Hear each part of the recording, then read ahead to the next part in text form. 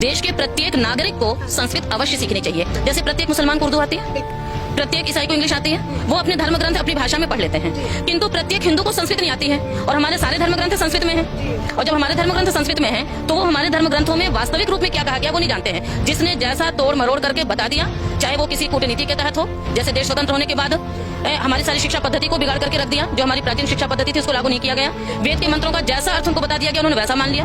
रामायण का जैसा अर्थ बता दिया वैसा मान लिया। और उसी के कारण से ही आज के जो हिंदू नागरिक हैं, उनको भी अपने धर्म ग्रंथों के प्रति पूर्णतया श्रद्धा नहीं है, क्योंकि उन्होंने संस्कृत का अध्ययन नहीं किया और स्वयं उसका उन्होंने विश्लेषण नहीं किया है। तो अपनी ये कन्याएं, ये बच्चियां हैं, ये ऋग्वेद याद कर रही हैं। ये शुभांगी है, ये हाथ उठाइए। ये कनिष्का है जयपुर की, ये यजुर्वेद याद कर रही है।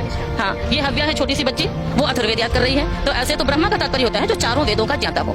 और ब्रह्मा एक पद होता है जो यज्ञ में बहुत ही सम्मानित पद होता है, और हम लोग उस ब्रह्मा पद को हम लोग भी सुशोभित करते हैं। तो वेद में स्त्री ही ब्रह्मा बभूविथ कहा गया कि स्त्री ब्रह्मा बन सकती है। अच्छा, ये मुझे एक और बात समझनी है कि इस गुरुकुल का नाम है पाणिनि कन्या विद्यालय। पाणिनि महर्षि पाणिनि का क्या मतलब योगदान रहा, क्या कुछ है वो मुझे थोड़ा। हमारे प्राचीन जितना भी विज्ञान था, वो वेदों के माध्यम से संस्कृत भाषा में ही प्राप्त हुआ है। और उस संस्कृत भाषा का जो व्याकरण है कि इस शब्द का ये अर्थ क्यों होता है, इस मंत्र का ये अर्थ क्यों होता है, इसको बताने के लिए जिस व्याकरण की परिकल्पना की गई है वो है पाणिनि व्याकरण। तो महर्षि पाणिनि ने ही इस व्याकरण की रचना की, और जिसमें लगभग 4000 सूत्रों के माध्यम से उसे संगठित किया है और उसको व्युत्पन्न किया है। तो महर्षि पाणिनि के वो 4000 सूत्र हैं, उन्हीं ऋषि के नाम पर ये पाणिनि कन्या महाविद्यालय है। क्योंकि इस विद्यालय में आप देख रहे हैं कि जितने भी छोटी छोटी बच्चियां हैं, इन सबको वो सूत्र याद है। इन सभी को, ये छोटे छोटे बच्चों को वो सूत्र याद हैं। और उसी के साथ साथ ये पाणिनि कन्या, ये महर्षि पाणिनि मंदिरम है, ये उसमें 4000 सूत्र संगमरमर के पत्थरों पर पूरे के पूरे लिखे हुए हैं। तो एक आध मंत्र का उच्चारण मेरे दर्शकों को भी सुनाओ, वो भी सुन के आनंद लें।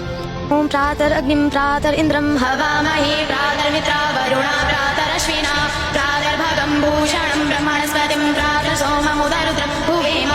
ओम प्रातर्चितं भगमुद्रं भुवेम वयं पुत्रमदिदेव्योदिधता आदिश्यद्यं मन्यमानसुरशिता